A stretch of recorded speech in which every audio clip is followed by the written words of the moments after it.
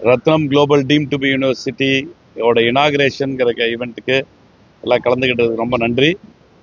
இது என்ன, ஒரு யூனிவர்சிட்டி டீம் டு பி யூனிவர்சிட்டியினுடைய எட்டர்னர் டீம் டு பி யூனிவர்சிட்டியினுடைய இனாகிரேஷன் தானேன்னு ஒரு கேள்விக்கு ஃபர்ஸ்ட் ஆன்சர் பண்ணுறேன். டீம் டு பி யூனிவர்சிட்டி ஒரு 15 வருஷத்துக்கு முன்னால் கொடுத்துட்டு இருந்தாங்க. அப்புறம் 2023 ரெகுலேஷனில் தான் கவர்மெண்ட் ஆஃப் இந்தியா வந்து புதுசாக டீம் டு யூனிவர்சிட்டி கொடுக்கறதா ஒரு ரெகுலேஷன் கொண்டு வந்தாங்க. அந்த ரெகுலேஷனில் ஃபஸ்ட்டு தமிழ்நாட்டிலே நம்ம தான் Rathnam global team to university தான் வாங்கியிருக்கோம்.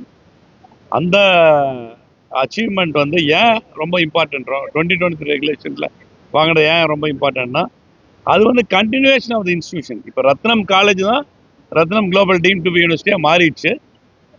ரத்னம் காலேஜில் இருந்த A++ கிரேடு, எல்லா ரேங்கிங், எல்லா அக்ரிடிட்டேஷன் எல்லாமே Rathnam global team to university continue ஆகுது.